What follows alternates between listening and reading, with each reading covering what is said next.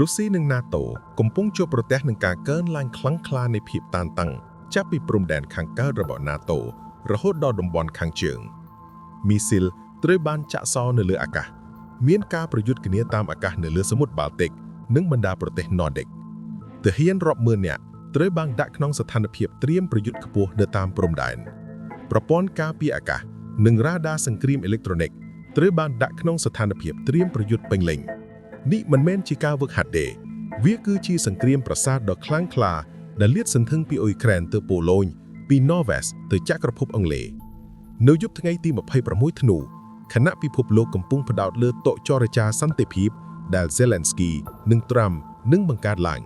លោក Vladimir Putin គិតថា NATO នឹងត្រូវបានគំរាមកំហែងដោយមីស៊ីលរបស់គាត់ប៉ុន្តែមានរឿងមួយដែលគាត់មិនបានគិតដល់គាត់លែងប្រឈមមុខនឹងអឺរ៉ុបដែលគ្រាន់តែចេញសេចក្តីថ្លែងការណ៍ថ្កោលទោសទេប៉ុន្តែជាប៉ូឡូញដែលនិយាយថាយើងនឹងវាយប្រហារនៅពេលគំរាមកំហែងបានខិតជិតព្រំដែនប៉ូឡូញការទូតបានបញ្ចប់ហើយពិធីការសង្គ្រាមបានចាប់ផ្ដើមអាកាសយានដ្ឋាន Jasionka ឬអាកាសយានដ្ឋាន Ratio ដែលជាបេះដូងផ្ទុះភាររបស់ NATO ត្រូវបានបិទក្នុងពេលជាមួយគ្នានោះនៅពេលយន្តហោះចារកម្មរុស្ស៊ីបានលេចមុខនៅលើសមុទ្របាល់ទិកវាមិនបានជួបនឹងការព្រមៀងទេប៉ុន្តែជាការចាក់សោរ៉ាដារបស់យន្តហោះ F-16 ប៉ូឡូញដែលភ្លឺនៅក្នុងភាពងងឹតខណៈពូទីនគិតថាគាត់កំពុងសាក់លបងប៉ូឡូញគាត់ពិតជាបានទៀងកេះខ្លួនឯងដោយចាប់ផ្ដើមដាក់កងទ័ពរបស់ខ្លួនក្នុងអន្ទាក់ព្រោះច្បាប់នៃហ្គេមបានផ្លាស់ប្ដូរដោយឧត្តមសេនីយ៍ប៉ូឡូញ Jaroslav Gromadiński ជាមួយនឹងពាក្យសម្ដីទាំងនេះនៅដើមខែធ្នូបើយើងត្រូវបង្ខំចិត្តយើងនឹងវាយប្រហារគ្រប់យ៉ាងក្នុងចម្ងាយ300គីឡូម៉ែត្រនិងដុតគ្រប់យ៉ាងក្នុងចម្ងាយ900គីឡូម៉ែត្រដើម្បីអានត្រឹមត្រូវអំពីរូបរាងនៃវិបត្តិនេះយើងត្រូវវិភាគការបែកបាក់តាក់ទិចនៃ72ម៉ោងសំខាន់ៗដែលចាប់ផ្ដើមនៅថ្ងៃទី24ធ្នូនៅសមុទ្រ North Sea និងឈានដល់ចំណុចកំពូលនៅព្រឹកថ្ងៃទី27ធ្នូនៅព្រំដែនប៉ូឡូញរុស្ស៊ីបានរៀបចំការបាញ់មីស៊ីលដ៏ធំមួយមុនការចរចាការទូតជាមួយខៀវមិនមែនពីតំបន់តែមួយទេប៉ុន្តែជាការវាយប្រហារសម្របដើម្បីសាងល្បាំងបន្ទាត់ការពារទាំងមូលរបស់ NATO វាចាប់ផ្ដើមមុនពេលមូស្គូបាញ់មីស៊ីលដ៏ធំលើខៀវមុនការចរចាការទូតនៅថ្ងៃទី24-25ធ្នូជាមួយនឹងការស៊ើបអង្កេតនៅយប់បុណ្យណូអែលនៅលើសមុទ្របាល់ទិកនិង North Sea ដែលជាហ្គេមស្ងាត់ស្ងៀមប៉ុន្តែគ្រោះថ្នាក់ខ្លាំងយន្តហោះទម្លាក់គ្រាប់បែក Tu-95 MS រុស្ស៊ីដែលមានសមត្ថភាពនុយក្លេអ៊ែរបានធ្វើការហោះហើរឈ្លានពានចូលដែនអាកាសអង់គ្លេសនិង Norwest ដែលជាស្លាបខាងជើងរបស់ NATO យន្តហោះ Typhoon របស់កងទ័ពអាកាសអង់គ្លេសនិង F-35 របស់ Norwest បានហោះឡើងដើម្បីស្ទាក់ចាប់នេះជាល្បិចបង្វេររបស់រុស្ស៊ីដើម្បីទាក់ទាញយកចិត្តទុកដាក់របស់លោកខាងលិចខាងជើងខណៈរៀបចំវាយប្រហារសំខាន់ពីកងដាល់ភ្លាមបន្ទាប់ពីល្បិចបង្វែរនៅខាងជើងតំបន់កណ្ដាលបាល់ទិកបានចលនានៅព្រឹកថ្ងៃទី26ធ្នូតាមកំណត់ត្រារ៉ាដាយន្តហោះ IL-20 ចារកម្មអេឡិចត្រូនិករុស្ស៊ីបានលេចមុខនៅដែនអាកាសអន្តរជាតិផ្លូវហោះហើររបស់វាស្ថិតនៅចម្ងាយដែលអាចស៊ើបការប្រព័ន្ធការពារយុទ្ធសាស្ត្ររបស់ប៉ូឡូញបេសកកម្មរបស់យន្តហោះមិនមែនទម្លាក់គ្រាប់បែកទេគឺដើម្បីកត់ត្រាព្រែកកងរ៉ាដារបស់ប៉ូឡូញនិងគូសផែនទីពេលវេលាឆ្លើយតបនៃប្រព័ន្ធការពារអាកាសនៅលើរ៉េសេវការឆ្លើយតបរបស់វ៉ាសូបានលើសពីនីតិវិធីធម្មតាកងទ័ពអាកាសប៉ូឡូញបានបញ្ជូនយន្តហោះចម្បាំង F-16 Block 52 បូកកម្រិតខ្ពស់បំផុតភ្លាមរបាយការណ៍ពីទីវាលបង្ហាញថាយន្តហោះ F-35 របស់កងទ័ពអាកាសហូឡុងក៏បានជួយស្ទាក់ចាប់នេះដែរដែលជាភស្តុតាងថា NATO បានបង្កើតជញ្ជាំងដំណាន់ទី5នៅតំបន់នេះនៅក្នុងការហោះហើរនេះដែលកើតឡើងនៅជិតដែនទឹកប៉ូឡូញគ្រោះថ្នាក់អ្នកបៅយន្តហោះរុស្ស៊ីបានជួបមិនត្រឹមការព្រមានទេប៉ុន្តែការចាក់សោរ៉ាដានេះបានធ្វើឲ្យអ្នកបៅយន្តហោះរុស្ស៊ីភ្ញាក់ផ្អើលនៅក្នុងកាប៊ីននិងបង្ខំឲ្យពួកគេផ្លាស់ប្ដូរទិសដៅនេះមិនមែនជាការអំដំណើរទេគឺជាប្រតិបត្តិការដេញតាមទោះជាយ៉ាងណាការឆក់ខ្លាំងពិតប្រាកដបានកើនឡើងនៅពេលរុស្ស៊ីបាញ់មីស៊ីល Shahed 136ប្រហែល500និង KH-101ប្រហែល40គ្រាប់លើខៀវនៅពាក់កណ្ដាលយប់នៅពេលមីស៊ីលខិតជិតព្រំដែនប៉ូឡូញបញ្ជាការប្រតិបត្តិការកងទ័ពប៉ូឡូញបានសម្រេចប្រវត្តិសាស្ត្រអាកាសយានដ្ឋាន Rzeszów Jasionka ត្រូវបានបិទសម្រាប់ជើងហោះហើរស៊ីវិលនេះមិនមែនជាផ្លូវរត់ធម្មតាទេ វាជាសរសៃឈាមសំខាន់ដែល 80% នៃគ្រាប់រំសេវពីលោកខាងលិចសម្រាប់អ៊ុយក្រែនឆ្លងកាត់ដោយបិទវាប៉ូឡូញបានប្រថុយនឹងការវាយដំឡូងផ្លុតធីកាដើម្បីផ្ញើសារទៅរុស្ស៊ីថាបើអ្នករំលោភដែនអាកាសយើងនេះលែងជាច្រកស៊ីវិលទេគឺជាតំបន់សង្គ្រាមសកម្មភាពអាកាសនេះបានបង្កឲ្យមានការធ្វើសកម្មភាពកងទ័ពដ៏ធំនៅលើដីទោះបីជាវិស្មកាលបុណ្យណូអែលកងទ័ពប៉ូឡូញបានដាក់ទាហាន 20,000 នាក់ដែលឈរជើងនៅព្រំដែនបេឡារុសនិងអ៊ុយក្រែនក្នុងស្ថានភាពត្រៀមប្រយុទ្ធខ្ពស់រុនដោប្រឆាំងរថថ្លឹងដែលគេហៅថា Dragon's Teeth និងប៉មស៊ើបអង្កេតដោយ AI ដែលដាក់បង្រៀននៅព្រំដែនជាផ្នែកនៃគម្រោង Eastern Shield ត្រូវបានធ្វើសកម្មភាពពេញលេញជាលើកដំបូងនៅយប់នោះដើម្បីប្រឆាំងនឹងគម្រាមកំហែងពិតប្រាកដនៅពីក្រោយសកម្មភាពយោធានេះមានសង្គ្រាមចារកម្មនិងការទូតដែលជ្រៅជ្រះដែលត្រូវបានត្បាញល្អិតល្អន់ជាច្រើនសប្តាហ៍មូលដ្ឋាននៃជំហរយោធាដិតរបស់ប៉ូឡូញនៅថ្ងៃទី26ធ្នូត្រូវបានដាស់ដោយការដកភ្នែករុស្ស៊ីចេញពីក្នុងប៉ូឡូញព្រឹត្តិការណ៍ដែលយើងសម្ដៅនៅទីនេះគឺចលនាយុទ្ធសាស្ត្ររបស់រដ្ឋមន្ត្រីការបរទេសប៉ូឡូញ Radoslaw Sikorski ក្នុងការបិទស្ថានកុងស៊ុលរុស្ស៊ីនៅប៉ូស្ណាននិងបញ្ចប់វត្តមាននៅ Gdansk ទោះបីជាអគារលង្អានេះមានសញ្ញាបេសកកម្មការទូតតាមចារកម្មប៉ូឡូញពួកវាពិតជាសម្បុកចារកម្ម Gdansk ជាពិសេសដំណើរការជាមជ្ឈមណ្ឌលចារកម្មសញ្ញាធំតាមដានសកម្មភាព NATO នៅសមុទ្របាល់ទិកនិងផ្លូវរថភ្លើងតេរេសសេវដោយសារទីតាំងរបស់វាប្រតិបត្តិការធ្វើឲ្យវិកាលនេះមិនកើតឡើងដោយចៃដន្យនៅពេលប៉ូឡូញស៊ើបអង្កេតការប៉ងបង្លួចសាបូតានិងអគិភីនៅផ្លូវរថភ្លើងទៅអ៊ុយក្រែនវាបានតាមដានផុសតាងត្រឡប់ទៅបេសកកម្មការទូតទាំងនេះ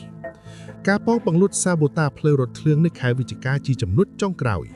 វ៉ាសូបានបិទមជ្ឈមណ្ឌលចារកម្មទាំងនេះនិយាយថារុស្ស៊ីកំពុងធ្វើភេរវកម្មរដ្ឋការឆ្លើយតបរបស់រុស្ស៊ីចំពោះចលនានេះគឺខ្សោយនិងមិនស្មើគ្នាពួកគេបានបិទស្ថានកុងស៊ុលប៉ូឡូញនៅអៀគូស្ទីកស្ថានភាពនេះបង្ហាញថាប៉ូឡូញបានទទួលអត្ថប្រយោជន៍ច្បាស់ក្នុងសង្គ្រាមចារកម្ម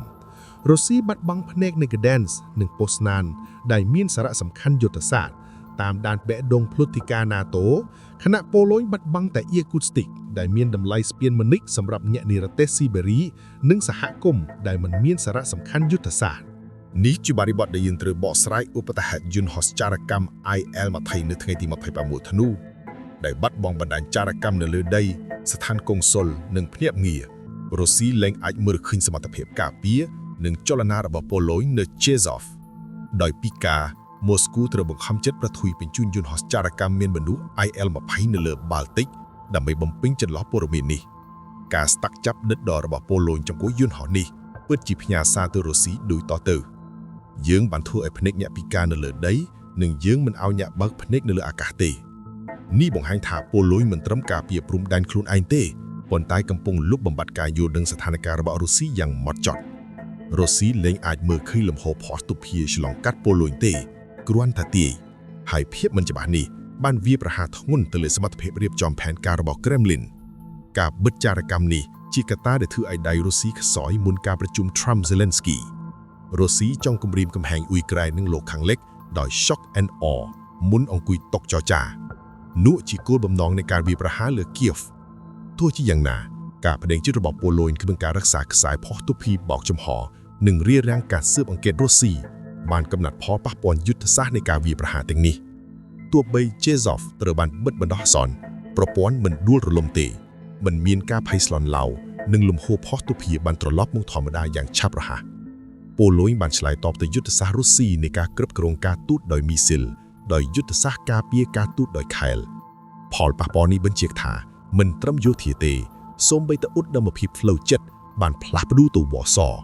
បទឃោសនាឈឺរបស់រុស្ស៊ីអំពីការកាន់កាប់ដែលត្រូវតែរកបានគឺគ្រាន់តែជាសម្លេងឃោសនាទេចំពោះវិធានការរឹងមាំនិងជាក់ស្ដែងរបស់ប៉ូឡូញនៅរូបភាពធំយុទ្ធសាស្ត្រប៉ូឡូញកំពុងផ្លាស់ប្ដូរពីការពារទៅវាយលុក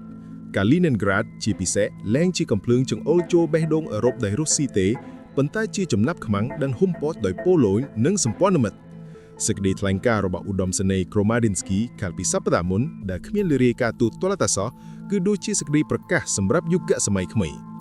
បើយើងត្រូវបង្ខំចិត្តយើងនឹងវាយប្រហារគ្រប់យ៉ាងក្នុង300គីឡូម៉ែត្រនិងដុតគ្រប់យ៉ាងក្នុង900គីឡូម៉ែត្រនេះជាចំណុចងាកនៅក្នុងប្រវត្តិសាស្ត្រ NATO ជាលើកដំបូងសមាជិក NATO មួយបានធ្វើការគម្រាមកំហែងគំនិតច្បាស់លាស់សម្របសម្រួលនិងលម្អិតបែបនេះចំពោះដែនរុស្ស៊ីបទគោលនេះមិនមែនបើអ្នកវាយប្រហារយើងនឹងការពារទេគឺបើយើងឃើញអ្នករៀបចំយើងនឹងវាយប្រហារអ្នកនៅទីនោះគោលនេះកំពុងត្រូវបានបកប្រែជាការពិតនៅលើដីជាមួយគម្រោង Eastern Shield ប៉ូឡូញនិងអាល្លឺម៉ង់កំពុងបំពាក់ព្រំដែនកាលីនីនក្រាដនិងបេឡារុសមិនត្រឹមលួសបន្លាទេគឺរំដៅប្រឆាំងរថតាំង Dragon's Teeth និងប៉មស៊ើបអង្កេតដោយ AI ទោះជាយ៉ាងណាគោលបំណងនៃកំពែងនេះមិនត្រឹមបញ្ឈប់រថតាំងទេគឺដាច់ឆ្ងាយកាលីនីនក្រាដទាំងស្រុងការរដ្ឋបិទដំណើរការរថយន្តដឹកទំនិញនិងត្រួតពិនិត្យកយដោយប៉ូឡូញបានចាប់ផ្ដើមច្របាច់សេដ្ឋកិច្ចតំបន់នេះ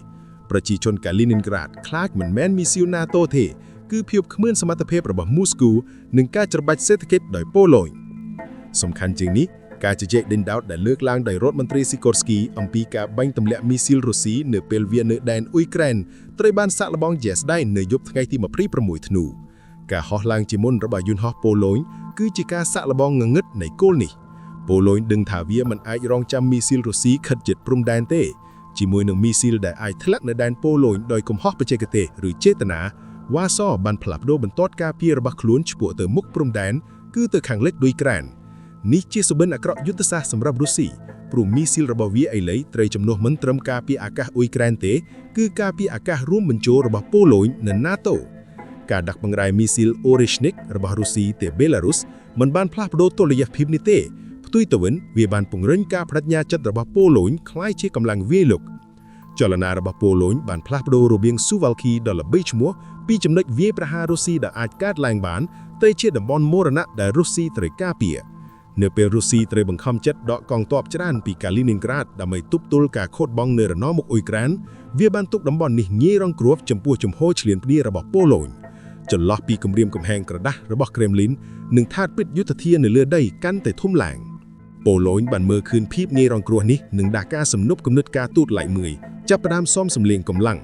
នេះជាភាសាតែមួយដែលពូទីនយល់ហើយវ៉ាសឥឡូវនិយាយវាបានស្ទាត់ជាងមូស្គូសរុបសេចក្តីព្រឹត្តិការណ៍នៅយប់ថ្ងៃទី26ធ្នូនិងចលនាចារកម្មមុននោះបញ្ជាក់ពីការផ្លាស់ប្ដូរមិនអាចត្រឡប់ឡើងនៃស្ថាបត្យកម្មសន្តិភាពអឺរ៉ុបប៉ូឡូញឡើងជាតំបន់បណ្ដោះអាសន្នកម្មរវាងរុស្ស៊ីនិងលើលិចទេគឺជាកម្លាំងជួរក្រោមដែលកំពុងការពារព្រំដែនយ៉ាងសកម្មប្រឆាំងគម្រាមកំហែងនៅប្រភពរបស់វាសូម្បីឆ្លងព្រំដែនដោយការបិទស្ថានកុងស៊ុលនៅ Gdansk ធ្វើឲ្យផ្នែករុស្ស៊ីពិការរៀងការចារកម្មអាកាសដោយការស្ទាប IL-20 និងធ្វើឲ្យមូស្គូភ្លក់រូឱសថរបស់វាដោយគម្រាមដុតកាលីនីនក្រាដវ៉ាសបានសរសេរច្បាប់ហ្គេមឡើងវិញជាមួយគ្នានោះគណៈក្រែមលីនព្យាយាមពង្រឹងដៃនៅតុការទូតដោយការទម្លាក់គ្រាប់បមលើគៀវការឆ្លើយតបរបស់ប៉ូឡូញដោយការបញ្ជូនយន្តហោះឡើងគឺច្បាស់បើអ្នកមានមីស៊ីលយើងមានបន្ទាត់ក្រហមហើយនៅពេលបន្ទាត់ឡើងនោះត្រូវបានឆ្លងកាត់ផលពិបាកមិនមានកំណត់ត្រឹមការថ្នោតតកូលការទូទេសុបិនក្ររបស់ពូទីនឥឡូវមិនមែនត្រឹមការតស៊ូរបស់អ៊ុយក្រែនទេគឺស្រមោលអ៊ិនទ្រីប៉ូឡូញភ្លើងផ្លៃរត់ដែលរត់នៅយប់នោះនៅ Rezezov ពិតជាសញ្ញាព្រួញបញ្ញាណបំលឺការចាប់ផ្ដើមនៃយុគសម័យគ្រោះថ្នាក់ជាងសម្រាប់រុស្ស៊ីការបញ្ចប់តំបន់ក្រែមនិងការផ្លាស់ប្ដូរព្រំដែន NATO ទៅជាជញ្ជាំងដែករូបភាពដែលយើងឃើញសពថ្ងៃច្បាស់បន្ទាត់លិតដុំពីសមុទ្របាល់ទិកទៅ Carpathians លែងជារណបមុខសង្គ្រាមត្រជាក់ទេគឺជាធុងពិនិត្យជនដែលអាចផ្ទុះពេលណាក៏បាន